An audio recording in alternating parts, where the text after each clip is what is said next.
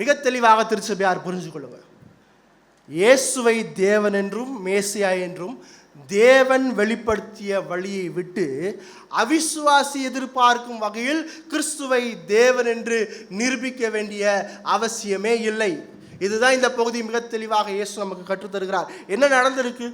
இயேசு இந்த உலகத்தில் வந்தோடனே அவர் என்ன சொல்றார் என்று பார்க்கும்போது, பிதா சொன்ன அனைத்தையும் அவர் செய்கிறார். இயேசு அநேக அற்புத அடையாளங்களை செய்கிறார். அந்த அற்புத அடையாளங்கள் அனைத்தும் பிதாவினால் இவருக்கு கட்டளையாக கொடுக்கப்பட்டது. அதனால இயேசு சொல்றார், நான் சொந்தமாக எதையும் செய்யலைன்னு சொல்றார். பிதா எனக்கு கட்டளையிட்டவைகளை செய்தேன் என்று சொல்றார். அவர் தான் சொந்த சித்தத்தை செய்யலை, தான் சொந்த காரியங்களை நிறைவேற்றவில்லை. மாறாக முழுமையாக பிதாவின் விருப்பத்தை மட்டுமே அவர் நிறைவேற்றினார். அவர் பிதாவின் சித்தத்தை மட்டுமே செய்தார். அவருடைய வார்த்தைகள், அதாவது அவர் பேசினது, அவருடைய செயல்கள், அதாவது அவர் செஞ்ச கிரியைகள், அவர் கட்டளையிட்டது, அவர் கட்டளையாக கொடுத்தது, இது அனைத்தும் பிதாவினுடைய சித்தம். அதனால தான் யோவான் 17ஆம் அதிகாரத்தில் கூறும்போது இயேசு பிதாவை நோக்கி ஜெபத்தில் சொல்றார், நீர் நியமித்த கிரியைகளை செய்து முடித்தேன். நீர் சொன்ன எல்லாவற்றையும் இந்த உலகத்தில் என்ன செஞ்சேன்? செய்து முடித்தேன். எல்லாவற்றையும் நான் நீர் சொன்ன வார்த்தைகளை தான் பேசினேன். நீர் சொன்ன அற்புத அடையாளங்களை நான் செஞ்சேன். நீர் சொன்ன கட்டளைகளை மட்டும் தான் நான் உங்களுக்கு சொன்னேன். அப்போ இயேசு இந்த இடத்துல பரிசேயனுக்கும் வேதபாரகனுக்கும் இந்த சதுசேயனுக்கும் பிதா சொல்லாததுனால இவர் இங்கே செய்யலை. பிதா இவருக்கு கட்டளையிடாதனால, பிதாவுடைய சித்தம் இல்லாதனால இங்கே குமாரன் செய்யலை. அதனால யோவான் மறுபடியும் யோவான் சுவிசேஷம் 20ஆம் அதிகாரத்தை திருப்பிக்கோங்க. யோவான் சுவிசேஷம் 20ஆம் அதிகாரத்தில் 30-31 வசனத்தை வாசிக்கும் போது 30-31 வசனத்தில், இந்த புஸ்தகத்தில் எழுதியிராத வேறு அநேக அற்புதங்களையும் இயேசு தமது சீசருக்கு முன்பாக செய்தார். இயேசு தேவனுடைய குமாரனாகிய கிறிஸ்து என்று நீங்கள் விசுவாசிக்கும்படியாகவும் விசுவாசித்தவருடைய நாமத்தினாலே நித்திய ஜீவனை அடையும்படியாகவும் இவைகள் எழுதப்பட்டிருக்கு. அப்போ எழுதப்பட்ட இந்த அற்புத அடையாளங்கள் போதும் எதுக்கு அப்படின்னா, இயேசுவை தேவனுடைய குமாரன் என்று விசுவாசிக்க.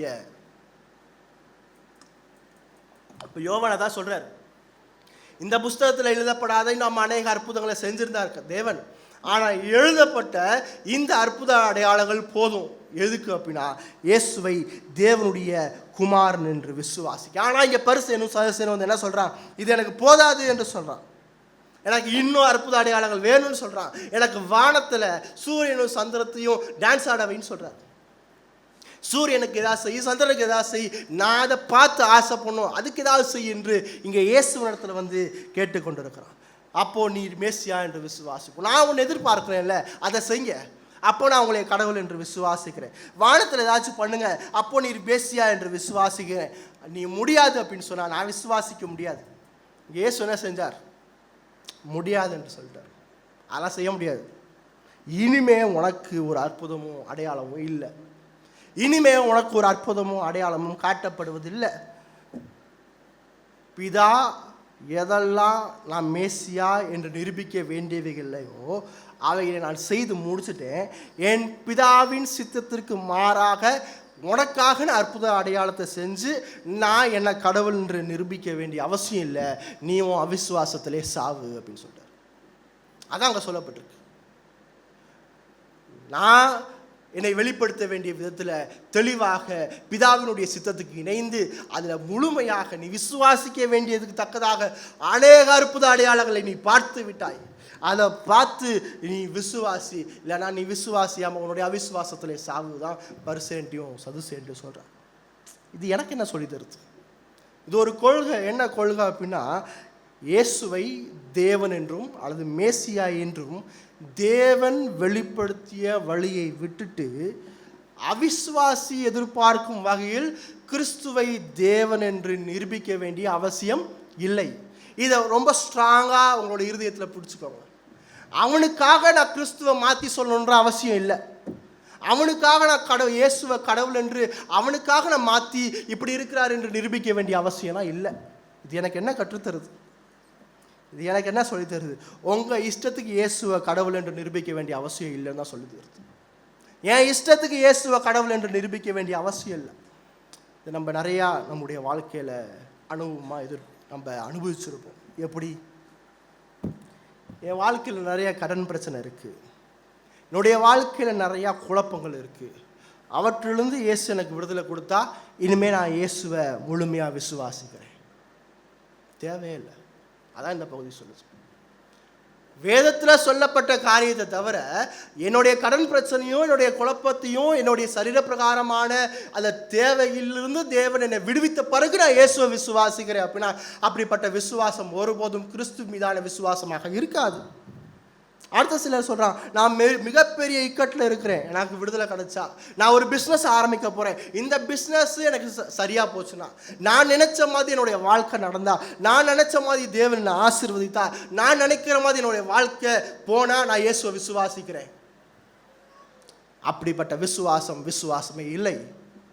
அப்படிப்பட்ட விசுவாசம் தேவன் ஏற்படுத்தின விசுவாசம் அல்ல. இன்றைக்கி நிறைய பேர்ட்ட கேளுங்க, நீங்கள் ஏங்க ஊழியத்துக்கு வந்தீங்க, இல்லை நீங்கள் ஏங்க சர்ச்சுக்கு போகிறீங்க? எனக்கு ஒரு மிகப்பெரிய தேவை இருந்துச்சுங்க, அந்த தேவை அங்கே போனோடனே சரியாச்சுங்க, அதுலேருந்து நான் இயேசுவை பிடிச்சிட்டேன். அந்த ஆத்மா பரலோகம் போகாது. ஒருபோதும் அந்த ஆத்மா பரலோகம் போகாது. எனக்கு குழந்தை இல்லாமல் இருந்துச்சுங்க, அந்த இயேசுவை போய் பார்த்து ஜோம் பண்ண குழந்தை வந்துச்சு, அதுலேருந்து இயேசுவை பிடிச்சிட்டேன். இல்லை, என்னுடைய தேவைக்காக இயேசுவை பார்ப்பது அது மேசியா அல்ல. என்னுடைய தேவைக்காக இயேசுவை மேசியா என்று சொல்வது என்னுடைய விருப்பங்கள் நிறைவேறி இருக்கு, நான் நினைச்ச வகையில் இயேசு இருக்கிறார் என்பதற்காக அவரை கடவுள் என்று விசுவாசிக்கிற கூட்டம் என்னுடைய விருப்பங்கள் மாறும்போது என்னுடைய கடவுள் மாற்றப்படுவார். என்னுடைய விருப்பங்கள் மாறும்போது, என்னுடைய ஆசைகள் மாறும்போது, என்னுடைய தேவைகள் மாறும்போது, அது அந்த சூழ்நிலையில் எனக்கு கிடைக்காத போது இயேசு காணாமல் போயிடுவார். ஆனால் இன்னைக்கு பேசப்படுகிற செய்தி என்னது? இந்த உலகத்தில் உன் கடன் பிரச்சனையை தீர்க்கணும்னா நீ இயேசுட்ட வா. இல்லை, அது சுவிசேஷம் அல்ல. உன்னுடைய பிரச்சனை, உன்னுடைய ஆசீர்வாதம் வேணும்னா இயேசுட்ட வா. இல்லை, நீ நினைக்கிற மாதிரி தேவன் செயல்படணும்னு நினைக்கிறது அது ஒருபோதும் உண்மையான விசுவாசமே இல்லை. தேவன் ஆசீர்வதிச்சா மட்டும்தான் நான் தேவனை ஆராதிப்பேன், நான் நினைக்கிற மாதிரி நடந்தால் மட்டும்தான் தேவனை விசுவாசிப்பேன். இல்லவே இல்லை. அப்படிப்பட்ட ஆத்துமா ஒருபோதும் விசுவாசியாது. இன்னும் சிலர் சொல்றது, வேதத்தில் இயேசு தன்னை கடவுள் என்று நேரடியாகவே சொல்லலையில, அப்புறம் எப்படி நீங்கள் அவரை கடவுள்னு சொல்கிறீங்க? அதனால் அவர் கடவுள்னு சொல்லி தன்னையே சொல்லாத போது நீங்கள் ஏங்க அவரை விசுவாசிக்கிறீங்கன்னு ஒரு கேள்வி வருது. வேதத்தில் இயேசு தன்னை கடவுள் என்று நேரடியாக எங்கேயுமே டிக்ளேர் பண்ணல, சொல்லலை. ஆகவே இயேசு கடவுள் இல்லை. அவன் என்ன செய்யலை அப்படின்னா, வேதத்தில் தன்னை தேவன் எப்படிப்பட்ட வகையிலே வெளிப்படுத்தியிருக்கிறார் என்பதை அவன் பார்க்கல. வேத மொழிகளில் தேவன் தன்னை எவ்வளோ தெளிவாக எவ்வளோ ஆணித்தரமாக வெளிப்படுத்தியிருக்கிறார் என்பதை பார்க்கல. விசேஷமாக மார்க்ஸ் விசேஷம் 8 அதிகாரத்தை அவன் வாசிக்கலை. மார்க்ஸ் விசேஷத்தில் ஒவ்வொரு பேராகிராஃபும் இயேசுவை கடவுள் என்று சொல்லி கொண்டிருக்கிறது. ஒவ்வொரு பகுதியும் இயேசுவை கடவுள் என்று சொல்லிக் கொண்டிருக்கிறது. அப்போ ஒவ்வொரு பகுதியிலிருந்தும் இயேசு தன்னை கடவுள் கடவுள் கடவுள் என்று நிரூபித்து கொண்டிருக்கும் இந்த வேதத்தை அவன் பார்க்காதனால வேதத்தில் இயேசு தன்னை நேரடியாக கடவுள் என்று சொல்லலை. அதனால தேவனை விசுவாசிக்க மாட்டேன், விசுவாசிக்காத போ அப்படின்னு தான் இயேசு சொல்கிறார். இன்னும் சிலர் வேதபூர்வமாக சுவிசேஷத்தை சொன்னால் சபைக்கு யாரும் வரமாட்டாங்க, அவங்களுக்கு ஏற்ற மாதிரி சுவிசேஷத்தை மாற்றி பேசினாதான் சர்ச்சுக்கு வருவாங்க. எவ்வளோ பெரிய ஆபத்து என்று பாருங்கள். இங்கே அந்த பரிசேயனுக்கும் சதுசேயனுக்கு ஏற்ற மாதிரி இயேசு வானத்திலிருந்து ஒரு அடையாளத்தை காமிச்சிருந்தா அவன் மனம் திரும்பியிருப்பானா? வானத்தில் சந்திரனுக்கும் சூரியனுக்கும் ஏதாச்சும் ஒரு அடையாளத்தை காமிச்சு நான் தான் கடவுள் என்று சொல்லியிருந்தா அவன் மனம் திரும்பியிருப்பானா? இயேசு சிலுவையில் தொங்கிட்டு இருக்கும்போது மறுபடியும் கேட்குறான், இப்பயும் ஒன்று குறைஞ்சி போல, சிலுவையிலேருந்து இறங்கி வா, நான் உன்னை கிறிஸ்து என்று விசுவாசிக்கிறேன். விசுவாசித்திருப்பானா? மாட்டான், ஒருபோதும் மாட்டான். நீங்கள் வேதபூர்வமான சுவிசேஷத்தை பிரசங்கிக்காத போது, அவிசுவாசிக்காக வேதத்தை மாற்றும் போது அது மிகப்பெரிய ஆபத்து.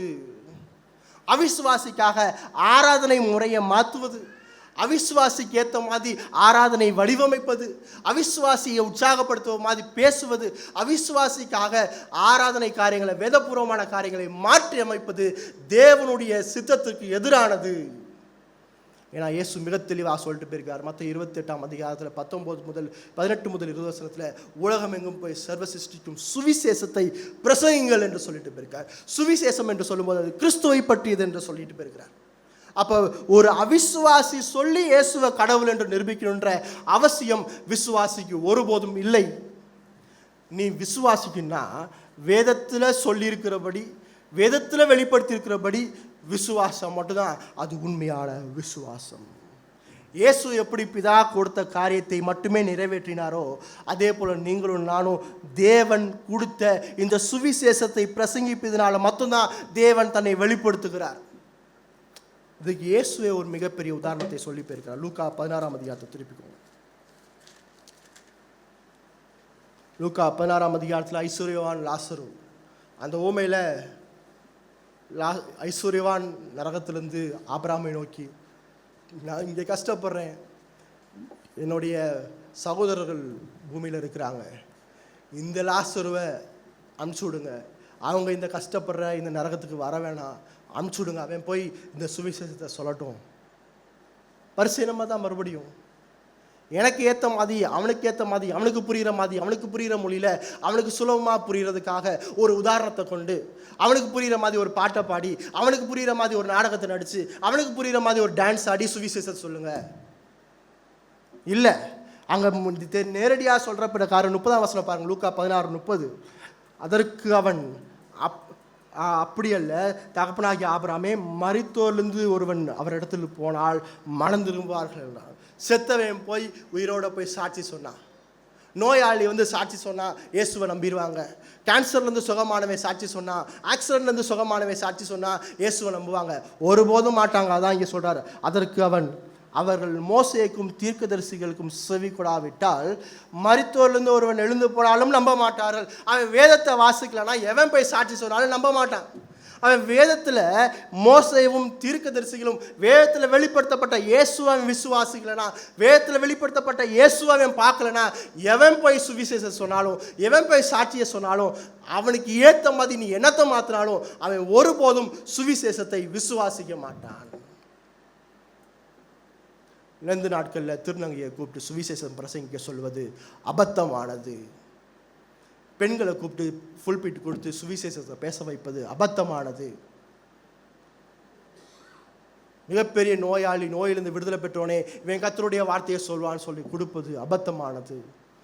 தேவன் ஏற்படுத்திய ஒரே வழி வேதபூர்வமாக வேதத்திலிருந்து சுவிசேஷத்தை பிரசங்கிப்பது மட்டும்தான். வேதபூர்வமாக வேதத்திலிருந்து சுவிசேஷத்தை பிரசங்கித்தார் இயேசு. வேதத்தை விளக்கப்படுத்தி காண்பித்தார். இயேசு சீசர்கள்ட்ட போய் தனிமையில் போய் என்ன பேசியிருப்பார்? எப்படி ஸ்ட்ராட்டஜிக்கலாக ஒர்க் பண்ணணும், எப்படி கூட்டத்தை சேர்க்கணும் பேசினார்? இல்லை, வேதத்தை விளக்கப்படுத்தி காண்பித்தார். எந்த வேதத்தை? அந்த காலத்தில் இந்த பழைய ஏற்பாடு, அந்த 39 புஸ்தகத்தை விளக்கப்படுத்தி அதில் கிறிஸ்துவை காண்பித்தார். அந்த ட்ரைனிங் தான் எடுத்தோனே பேதுரு அப்போஸ்தலர் 2ஆம் அதிகாரத்தில் கிறிஸ்துவை முன்னிட்டு அவன் பிரசங்கித்தான். எங்க? அந்த கடைசி 1.5 இயர்ஸில் இயேசு கொடுத்த அந்த வேத வியாக்கியான வகுப்புகள் தான். அந்த கடைசி 1.5 வருஷத்தில் இயேசு கொடுத்த அந்த பயிற்சி தான். அது என்ன செஞ்சானா? அப்போஸ்தலர் நடவடிக்கையில் சீசர்கள் தைரியமாக அவன் கற்று அறிந்திருந்தான். வேதத்தை எப்படி பிரசங்கிக்கணும், வேதத்தை சுவிசேஷத்தை மாற்றாமல் எப்படி பிரசங்கிக்கணும் என்று கற்றறிந்திருந்தான். அதே போல தான் பவுலை தேவன் அழைத்தோனே, பவுல் 14 வருஷம் அமைதியாக இருந்து அதை கற்றுக்கொண்டான். கற்றுக்கொண்டுட்டு கலாத்தியர் 1ஆம் அதிகாரத்தை திருப்பிக்கொண்டு, கலாத்தியர் 1ஆம் அதிகாரம் 6 முதல் 10 வசனத்தில் என்ன கன்விக்ஷன் பாருங்கள். கலாத்தியர் திருச்சபைகிட்ட சொல்லும்போது என்ன கன்விக்ஷன் பாருங்கள். கலாத்தியர் 1ஆம் அதிகாரம் 6 முதல் 10 வசனத்தில், உங்களை கிறிஸ்துவின் கிருபையினாலே அழைத்தவரை நீங்கள் இவ்வளவு சீக்கிரமாய் விட்டு வேறொரு சுவிசேஷத்துக்கு திரும்பதை பற்றி நான் ஆச்சரியப்படுகிறேன். ஏன்னா கலாத்திய திருச்சபையில் இவன் வல்லமையாக பிரசங்கித்திருக்கிறான். கிறிஸ்துவை வேதத்திலிருந்து எடுத்து காமிச்சிருக்கிறான். வேதத்திலிருந்து கிறிஸ்துவை காமிச்சு இதுதான் வேதம் என்று சொல்லும்போது அவன் அவ்வளோ சீக்கிரமாய் வேறொரு சுவிசேஷத்துக்கு திரும்பினதை பற்றி அவன் ஆச்சரியப்பட்டு சொல்கிறான். 7ஆம் வசனத்தில், வேறொரு சுவிசேஷம் இல்லையே, சிலர் உங்களை கலங்கப்படுத்தி கிறிஸ்துவனுடைய சுவிசேஷத்தை புரட்ட மனதாக இருக்கிறாள் இல்லாமல் வேற இல்லை. அவனை ஏமாத்தா பார்க்குறான், உன்னை திசை திருப்ப பார்க்குறான். அடுத்து சொல்லிட்டு சொல்கிறாரு, நாங்கள் உங்களுக்கு பிரசங்கித்த சுவிசேஷத்தை அல்லாமல் நாங்களாவது வானத்திலிருந்து வருகிற ஒரு தூதனாவது வேறே சுவிசேஷத்தை உங்களுக்கு பிரசங்கித்தால் அவன் சபிக்கப்பட்டவனாயிருக்க கடவன். முன் சொன்னது போல மறுபடியும் சொல்கிறேன், நீங்கள் ஏற்றுக்கொண்ட சுவிசேஷத்தை அல்லாமல் வேறொரு சுவிசேஷத்தை ஒருவன் உங்களுக்கு பிரசங்கித்தால் அவன் சபிக்கப்பட்டவனாயிருக்க கடவன். இப்பொழுது நான் மனுஷரையா தேவனையா யாரை நாடி போதிக்கிறேன்? மனுஷரை பிரியப்படுத்த பார்க்கிறேன். மனுஷனையா பிரியப்படுத்த பார்க்கிறேன், நான் இன்னும் மனுஷரை பிரியப்படுத்துவதா இருந்தால் நான் கிறிஸ்துவனுடைய ஊழியக்காரன் அல்லவே. மனுஷனுக்காக, ஒரு அவிசுவாசிக்காக தேவன் கொடுத்த சுவிசேஷத்தை நான் மாற்றி சொன்னேன்னா நான் தேவனுடைய ஊழியக்காரன் அல்ல. ரொம்ப தெளிவாக சொல்கிறார். நான் முதலாவது உங்களுக்கு உபதேசித்த சுவிசேஷம் மட்டும்தான் உண்மையான சுவிசேஷம். அப்படிப்பட்ட சுவிசேஷத்தை நானோ அல்லது வானத்திலிருந்து வந்த ஒரு தூதனோ மாற்றி உபதேசித்தா, மாற்றி பிரசங்கித்தா.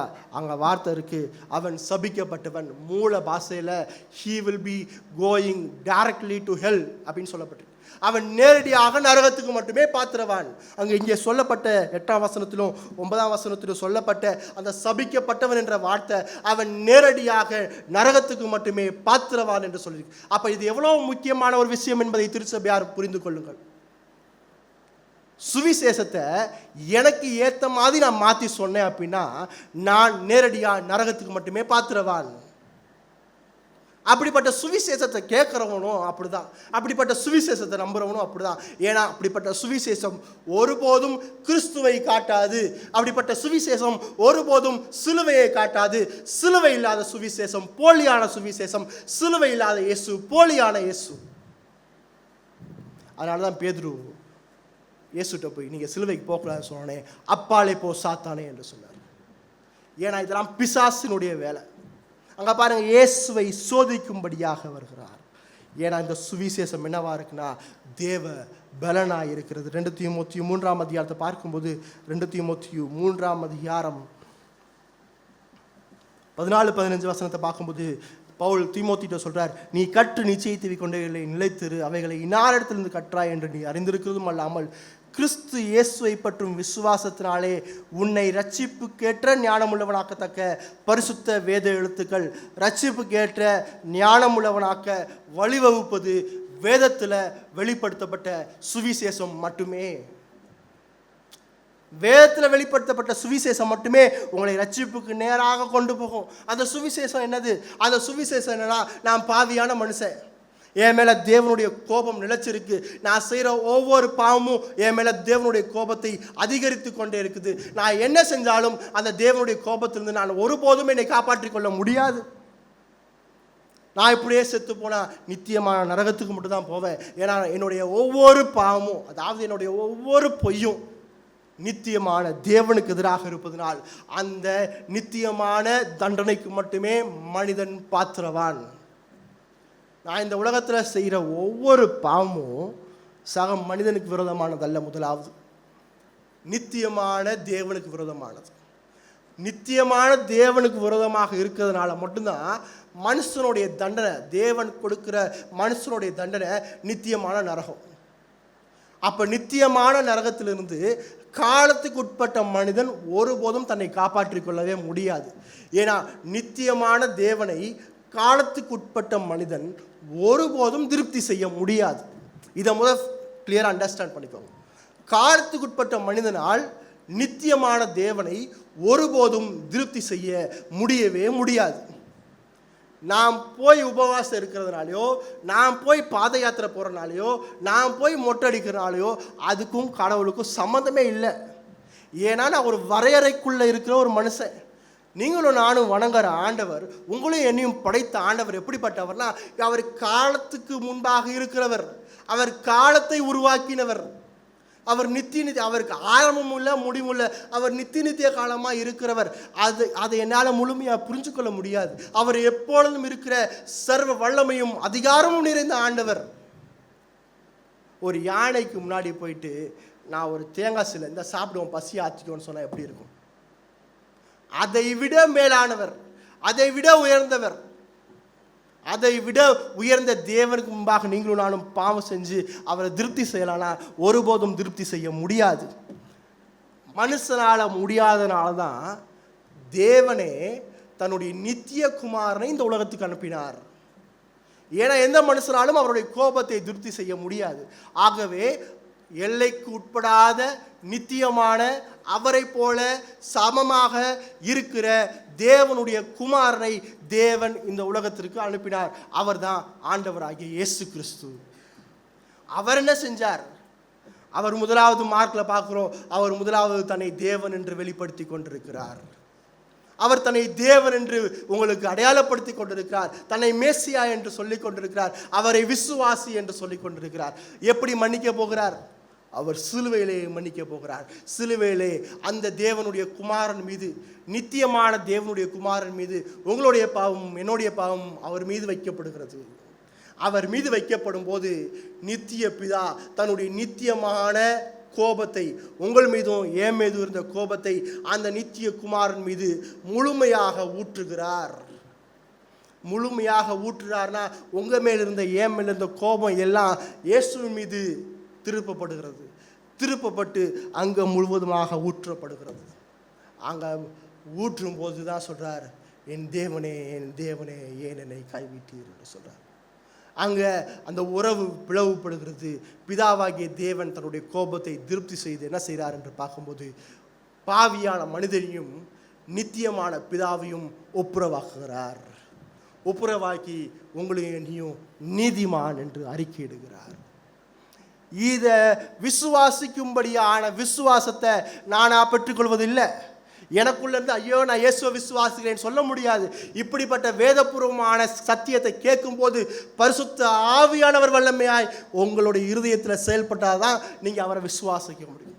பரிசுத்த ஆவியானவரே அல்லாமல் கிறிஸ்துவை தேவன் என்று ஒருவனும் சொல்ல முடியாது. அப்போ பரிசுத்த ஆவியானவர் இந்த வேதபூர்வமான சுவிசேஷத்தின் மூலமாக, இப்படி சொல்லப்படுகிற சுவிசேஷத்தில் தான் தேவன் பரிசுத்த ஆவியானவர் செயல்படுவார். அப்படி செயல்படும் போது அவர் அந்த சிலுவையினுடைய வல்லமையை காட்டுவார். அந்த சிலுவையினுடைய வல்லமை என்ன? அவருடைய இரத்தம் சகல பாவங்களையும் நீக்கி உங்களை சுத்திகரித்து கொண்டே இருக்கிறது. சுத்திகரிக்கும் இல்லை, அங்கே மூல பாஷையில் அது சுத்திகரித்து கொண்டே இருக்கிறது. எப்போ வரைக்கும்? நான் நித்தியம் போகிற வரைக்கும், அல்ல கிறிஸ்து வர வரைக்கும். மனிதன் அவரால் தெரிந்து கொள்ளப்பட்ட மனுஷன் இந்த உலகத்தில் இருக்கிற வரைக்கும் அவருடைய சிலுவையினுடைய வல்லமை என்னன்னா, அந்த ரத்தம் என்னை சுத்திகரித்து கொண்டே இருக்கும். இப்படிப்பட்ட விசுவாசத்தை பரிசுத்த ஆவியானவர் மட்டும் தான் தரும். இதுதான் உண்மையான சுவிசேஷம், வேற எதுவும் சுவிசேஷம் இல்லை. இப்படி சொல்லும்போது தேவன் இருதயத்தில் செயல்பட்டு என் இருதயத்தை உடச்சி என்னை பாவின்னு உணர செஞ்சு, நான் செத்தான் நரகத்து போவேனே, இவரால் மட்டும்தான் என்னை காப்பாற்ற முடியும், தேவனே என்னை காப்பாற்றுங்கன்னு சொல்கிற அந்த விசுவாசம் தான் உண்மையான விசுவாசம். அப்படிப்பட்ட விசுவாசம் எந்த அற்புதத்தையும் அடையாளத்தையும் நாடாது. எனக்காக இதை மாற்றிக்கோன்னு சொல்லாது, இப்படி இருந்தால் நல்லா இருக்கும்னு சொல்லாது. என்ன சொல்லியிருக்கோ அதை அப்படியே விசுவாசிக்கும் இருதயம் தான் ரட்சிக்கும் இருதயம். இப்படிப்பட்ட விசுவாசம் இருக்குதா? இப்படிப்பட்ட விசுவாசத்தை பற்றிருக்கீங்களா? உங்களோட இருதயம் இப்படிப்பட்ட விசுவாசத்தை கொண்டு இருக்குதா? இல்லை, என்னுடைய வாழ்க்கையில் நிறையா பிரச்சனை இருந்துச்சு, தேவன் இந்த பிரச்சனையிலேருந்துலாம் என்னை நீக்கி என்னை சுகப்படுத்திட்டார், ஆகவே இவர் தான் இயேசுவாக இருக்க முடியும், இவர் தான் கடவுளாக இருக்க முடியும், அதனால் நான் இயேசுவை விசுவாசிக்கிறேன். தயவு செஞ்சு மனம் திரும்புங்கள், தயவு செஞ்சு மனம் திரும்புங்கள். இப்படிப்பட்ட விசுவாசம் ஒருபோதும் கர்த்தரை தரிசிக்க உதவாது. நீங்க பாவியா இருக்கீங்க, உங்களுடைய பாவத்திலிருந்து விடுதலை ஆண்டவராகிய இயேசு கிறிஸ்துவால மட்டும் தான் கொடுக்க முடியும். ரட்சிக்கப்படாத ஆத்துமாக்களே, நீங்க என்ன செஞ்சாலும் தேவனை திருப்திப்படுத்த முடியாது. நீங்க என்ன செஞ்சாலும் தேவனை திருப்திப்படுத்தி தேவனோடு ஒப்புரவாக முடியாது. சிலுவையில் அறையப்பட்ட இயேசு கிறிஸ்துவை விசுவாசிக்காம ஒருபோதும் பரலோகத்துக்கு போக முடியாது.